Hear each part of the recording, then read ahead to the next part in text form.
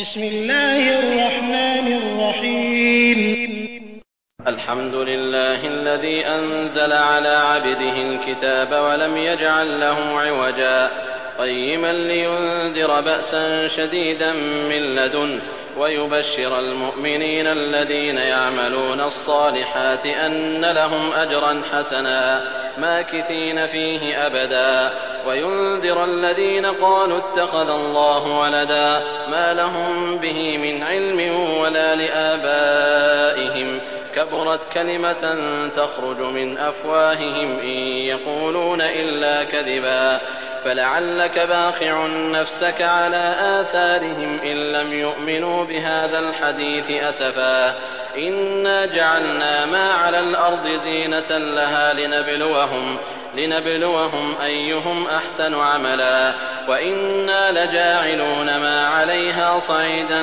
جرزا أم حسبت أن أصحاب الكهف والرقيم كانوا من آياتنا عجبا إذ أوى الفتية إلى الكهف فقالوا ربنا آتنا من لدنك رحمة وهيئ لنا من أمرنا رشدا فضربنا على آذانهم في الكهف سنين عددا ثم بعثناهم لنعلم أي الحزبين أحصى لما لبثوا أمدا.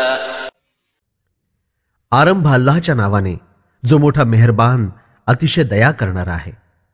प्रशंसा आणि सर्व उत्तम गुण तर केवळ त्याच एका अल्लाहकरिता आहेत ज्यानं आपल्या दासांवर हा ग्रंथ उतरवला आणि यात कसल्याही प्रकारची वक्रता ठेवली नाही. हा ग्रंथ मोठा व्यवस्थित आहे. याच्याद्वारे सर्वांना खबरदार केलं जातं की अल्लाहतर्फे अतिशय सक्त अजाब महाभयंकर शिक्षा यातना येणार आहेत आणि शुभ समाचार दिला जातो त्या लोकांना जे ईमान राखतात आणि नेक आचरण करण्यात मग्न राहतात की त्यांना मोठा चांगला मोबदला प्राप्त होणार आहे. असं वैभवशाली आणि थाटाचं बक्षीस की ते नेहमी सुखसंपन्न राहतील. आणि जे लोक अशी बडबड करतात की अल्लाहनं अमक्या एका इसमाला आपला पुत्र बनवून घेतला आहे त्यांना आमच्या नावानं आदेश जारी करा, आमच्या प्रकोपाची तंबी द्या. या मूर्ख लोकांजवळ आणि त्यांच्या बापजाद्यांजवळ या गोष्टीचा कसलाही ज्ञानविषयक पुरावा नाही. मोठी वाईट गोष्ट आहे जी त्यांच्या तोंडून निघते आणि हे लोक अगदी खोटं बोलतात. या लोकांनी जर या गोष्टीवर ईमान राखलं नाही तर कदाचित त्यांच्यासाठी भरपूर मेहनत करून अतिशय दुःखानं तुम्ही सल्लल्लाहु अलैहि वसल्लम आपला जीव सोडून द्याल. धर्तीवर जे काही आहे त्याला आम्ही धर्तीची शोभा बनवून मोठ्या सुंदरतेनं त्याची सजावट केली आहे. आता आम्ही परीक्षा घेऊ इच्छितो की लोकांपैकी कोण सत्कर्म करून येतो आणि एक दिवस इथं जे काही आहे ते सर्व साफ करून संपूर्ण धर्तीला सपाट मैदान बनवून टाकू.